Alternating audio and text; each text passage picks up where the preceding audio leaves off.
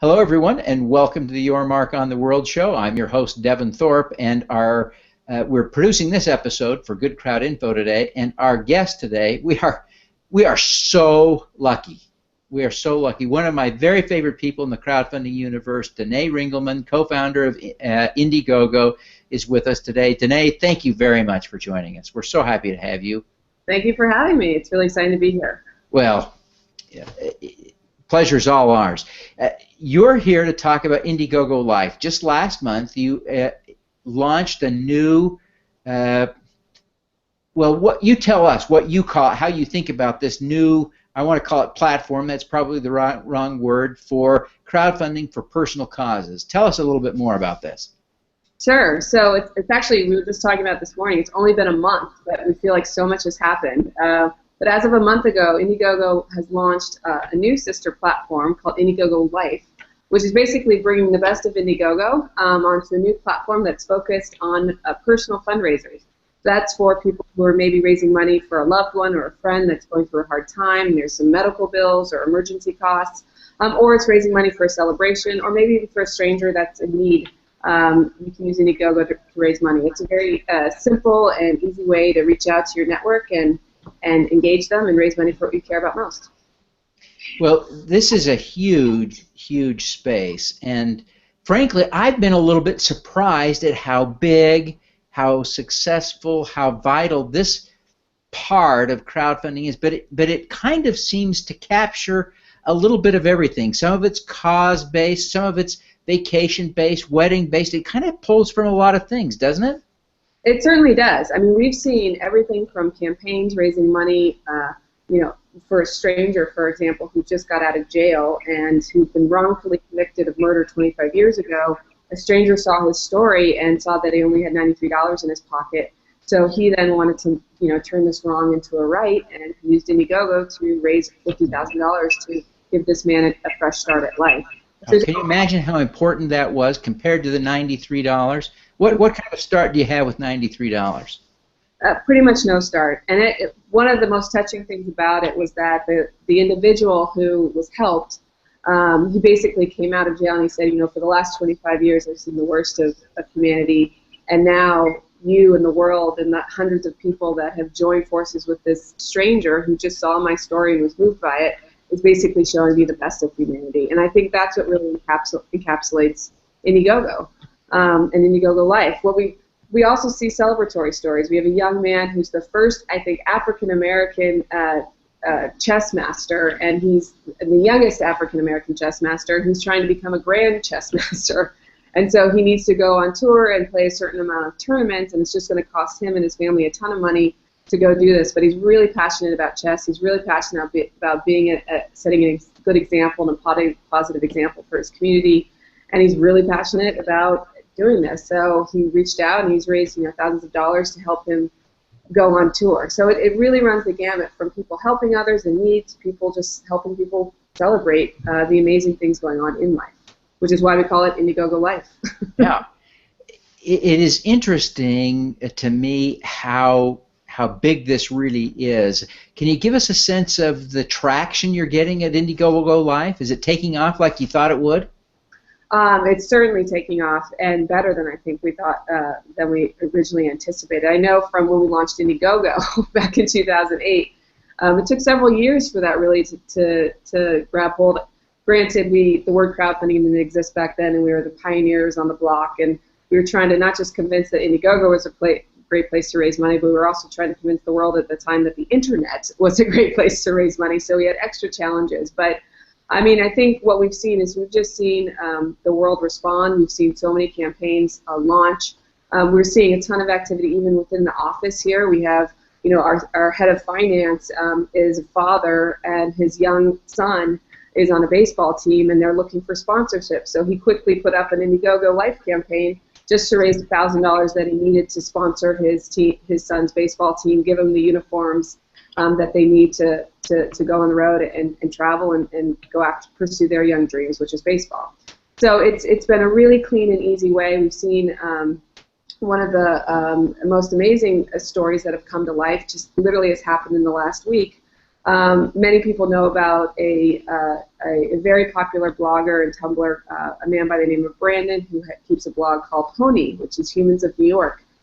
He's kind of created a whole new life for himself, where he left finance, moved to New York, not sure what he was going to do, so he just started taking pictures of the faces of New York, and it's just blossomed into this gorgeous blog, and it's really brought the community of New York together. Well, with that, he's just someone who's really realized the beauty of when you do something, you go after what you love, and you follow your heart, amazingness happens. And over the course of the last few years in taking photos, he's just met incredible people. And one of the individuals he's met recently was a young boy from New York City who was coming from more of a disadvantaged background, and he was having a conversation with him and said, "Who's the most inspirational person in your life?" And he basically talked about his principal at his school, because his principal was really challenging him to really think big and dream big about his future, and would remind him, for every kid that drops out of high school, the government's building another jail cell for them. So let's not make that yours. You have the choice. And really inspired him and really touched Brandon's heart. So what did Brandon do? He's like, well, let's help this kid. And so he went on to Indiegogo Life to start a campaign to raise $30,000, enough to help the principal out, to basically allow her to pursue her dream, which was to take her students from their high school and bring them to Harvard and really show them that, life outside of New York City, first of all, as well as life in college, like this can be their reality if they really wanted it to be. And the campaign has just done an amazing job. It's really touched the hearts of so many people around the world. Our engine has really helped get it out there.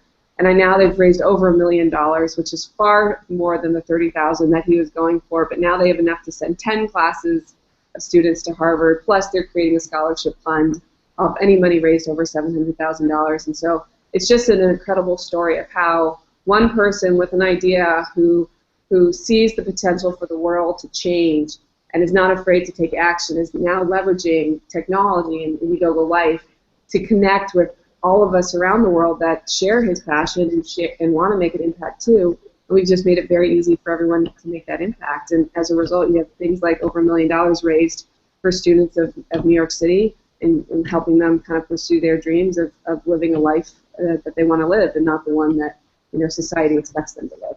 Yeah, no, that's just, it's really inspiring. It's amazing what crowdfunding can do, and the power of crowdfunding. And you've been there to watch it, see it happen over and over again. It's really wonderful. And I really thank you for sharing those stories, because they're so powerful.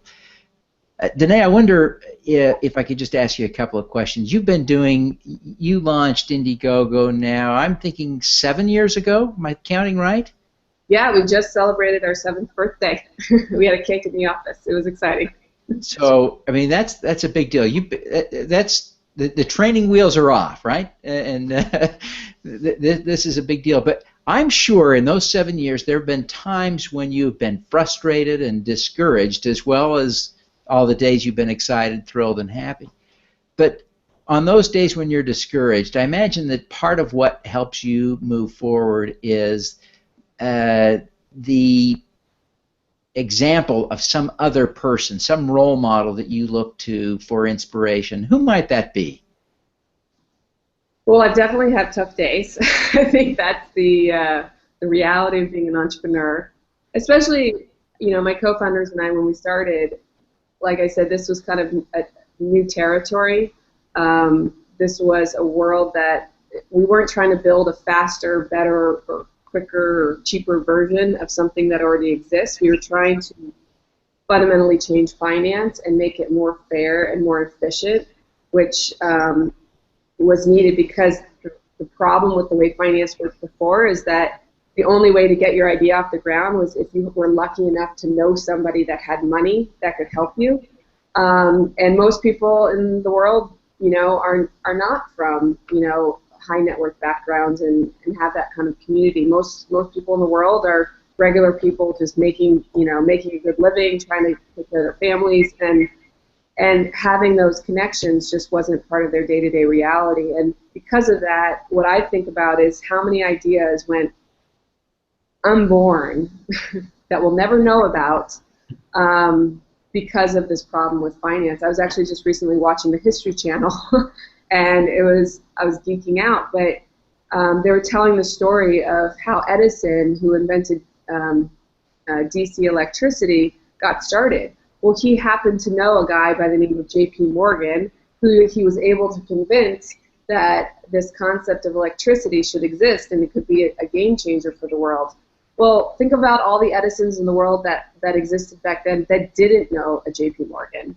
We will never know about them, and we will never know what ideas they had simply because they didn't have access to capital. And so Indiegogo wanted to change that. And we've done that by creating this open platform for anybody to, if you have an idea, if you have a sense for what needs to change in the world, whether it's opening a local coffee shop because your neighborhood doesn't have one, or if it's, helping a neighbor out who's going through a tough time, who has to take time off work to care for their mother who's sick, and then there's medical bills and expenses that go. Or even if you want to invent something crazy and the next electricity, you should have every right to at least try, and you should have every right and ability to connect with others in the world that also believe in that vision and empower them to let them be part of it. And so that's what we've done. So it was hard. It's a hard journey, but I think we're starting to really move the needle, and things are really starting to change. And so in the early years, and even to this day,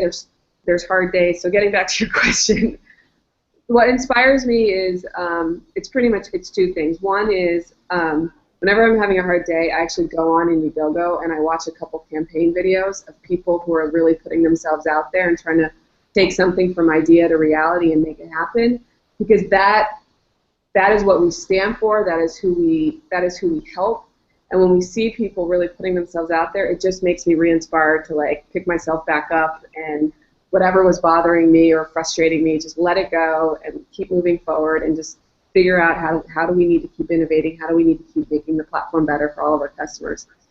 And then the second person that really inspires me is my father, and I think, and both my parents, frankly, they were small business owners my whole life, and they never got a break, and they never were able to convince a bank to loan them money without having to guarantee absolutely everything, and their personal house and kids and everything. So my parents just bootstrapped the business for 30 years, and they never got a break. And that was the kind of the seed that just got inside of me, and I watched them struggle, and they were hardworking. And when September 11th happened, they didn't take a salary in order to not lay off people, because when you're a small business, you don't have that luxury of being able to lay off people and hire them back when the economy is good. So they just did everything with integrity. And my father passed away, but he always just reminded me that, stay with your heart, stay with what if you think something in the world needs to change, then you should make it happen and go with it. And he was always reminding me of that. And as we were starting in the early days, we faced a lot of rejection, we faced a lot of ridicule, and he was the only one there saying, his quote that he would always tell me is, the world has a way of saying no, and you always want to keep the status quo, but it's your job as an entrepreneur to keep saying yes. And don't expect the world to thank you right away or pat you on the back, but eventually they will, and you just got to persevere and figure it out, because the world needs you to keep saying yes. Yeah. Well, that's really such a touching story. I really appreciate you sharing that.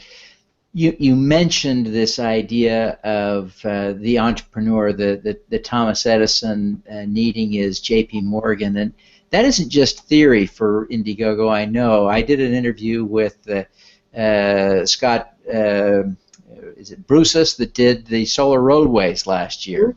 Just during his campaign, raised $1 million or more on Indiegogo, right?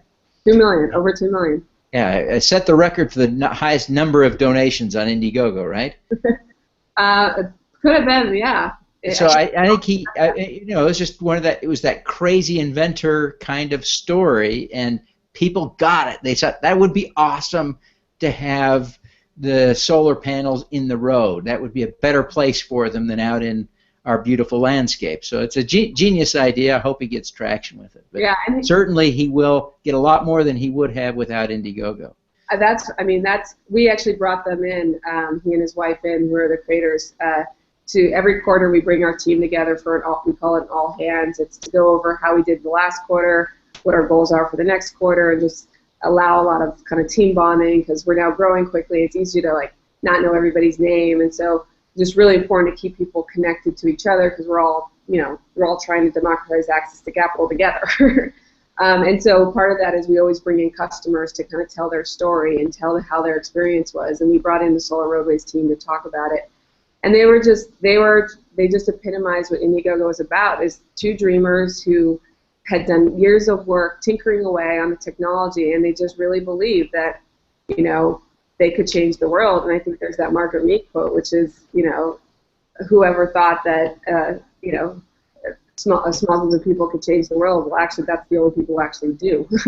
And right. So it goes something like that. I didn't say it exactly right, but that's what they believed, and they saw that, if we could layer our roads with solar-powered panels, we could first use that energy to power our cities, therefore reducing our carbon load by 70 or 80%.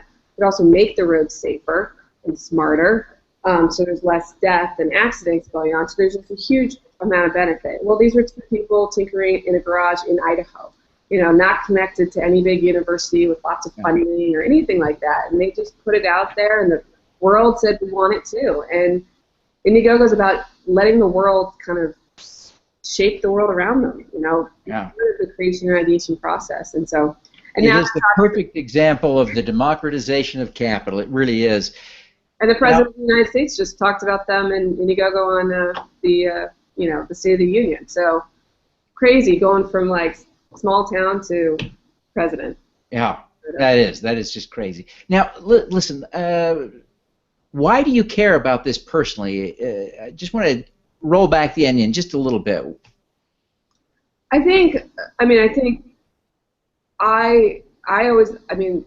it's funny because I used to think that the reason I came up with the idea for Indiegogo was when I was working in finance, and I happened to go to this event where I totally was naive. I thought it was an event with Wall Street bankers and Hollywood producers, but it was the opposite, and it was the Sea of Emerging Artists, and I was the only person from a bank, and so they thought I was the money bags, and so I started helping filmmakers and theater producers on the side, just trying to help them raise money, because here are these brilliant storytellers who had so much creativity to share and so many stories to share that just couldn't share them because they didn't know the right person. It was the same Thomas Edison story over and over again.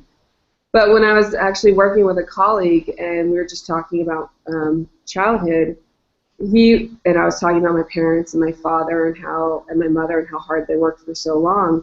He's like, that's why you started Indiegogo. It's because you were part of a family and you witnessed your parents who were never really willing to compromise their integrity, but were always willing to do the hard work to protect their employees and to take care of them and to take care of their customers, but they never got any breaks. And that's where it was almost a colleague who held up a mirror to me and said, that is why you're so angry and why you're so pissed that the world works this way. And that's what's been your driver, and it still is today. Like, even when Indiegogo was starting and we started getting rejected, trying to look at raising traditional funding ourselves to grow more quickly, I always like to say if we had Indiegogo when we started Indiegogo, it would have made starting Indiegogo go a lot easier.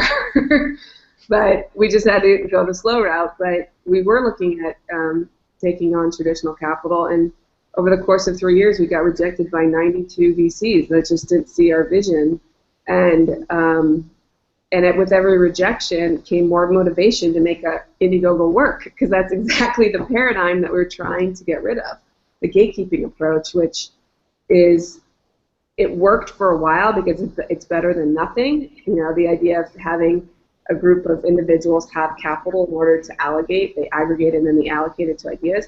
But in the end, it's just a bottleneck. And in this world of the internet and sharing economy and where everyone can participate, finance is just old, it's outdated, and the gatekeeping approach. And so the new approach is we decentralize the financing decision to the people. What ideas should happen, what ideas shouldn't, let the people decide. The people who are going to benefit, the ones to benefit from the ideas anyways, whether it's a new play or whether it's the community helping their leader or whatever, let them decide. And it's a much more merit-based approach, and it's a way to tackle the inequity around that happens when people who don't know a rich person experience, which is, well, their idea doesn't happen. But if they have a community and they have an audience, and Indiegogo, our job is to help you amplify that audience and find everybody in the world that would want to be part of it, then the only thing standing between you and your idea is hard work. Yeah. And that's how it should be. It's America. That's right. This is as American as apple pie. Well, Danae, thank you so much for taking the time to be with us today. I wish we had more time to keep talking, but I know your time is short, and we really appreciate you being here. Before you go, though, quickly tell people how to find Indiegogo Life and learn more about it. Sure. So if you are working with a community project and you need to raise money, or you have a neighbor or friend in need that's going through a hard time, maybe they have some medical bills that they can't afford, or if there's just a stranger in your community that could use some help, or you've got someone that you want to celebrate, all you need to do is go to Indiegogo Life, which is at life.indiegogo.com. Take a look at some of all the different fundraisers that are there, be inspired, and all you got to do is click create and get started. You can literally get your fundraiser up within minutes and just a couple clicks. So it's really easy, and we're here to help you if you have any questions. Fantastic. Danae, thank you so much for being with us today. We wish you every success in your good work. Well, thank you very much, Devin. Have a great day. All righty. Let's do some good.